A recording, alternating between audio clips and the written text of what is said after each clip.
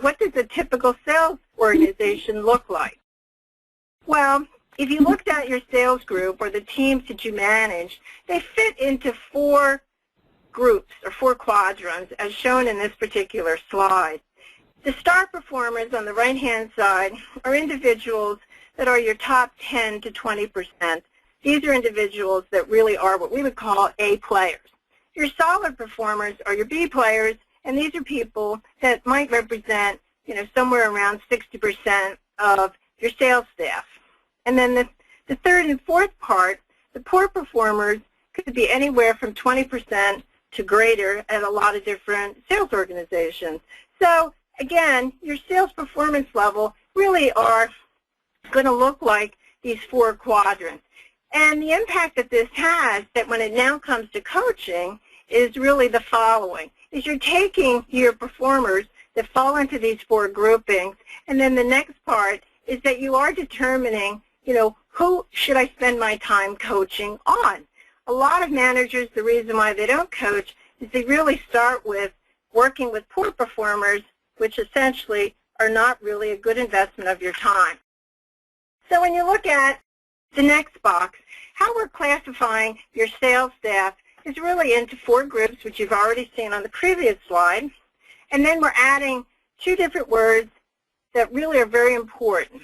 We are slotting people by can't, which is they can't do something because there's a lack of knowledge.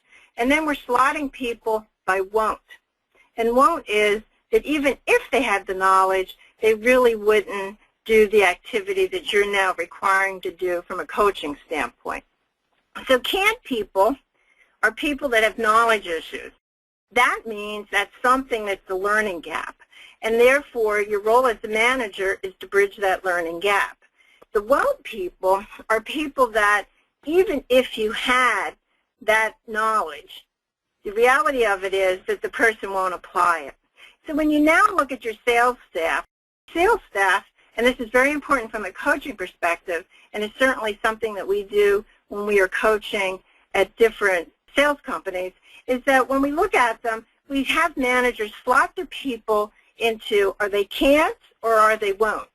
And can't is an important concept to really get, because what that means is that's someone that you want to spend your coaching effort.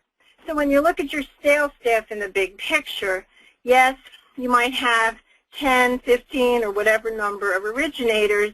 They're going to be slotted by the performance level, and then you're going to overlay that with essentially the can't versus won't classification.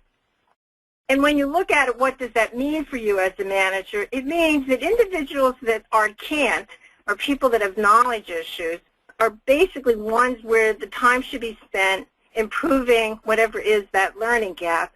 The won't people tend to be the people that, again, as already mentioned, are individuals that are either comfortable with their position, don't really want to learn additional things, or really don't want to change an activity that they've been doing for X number of years.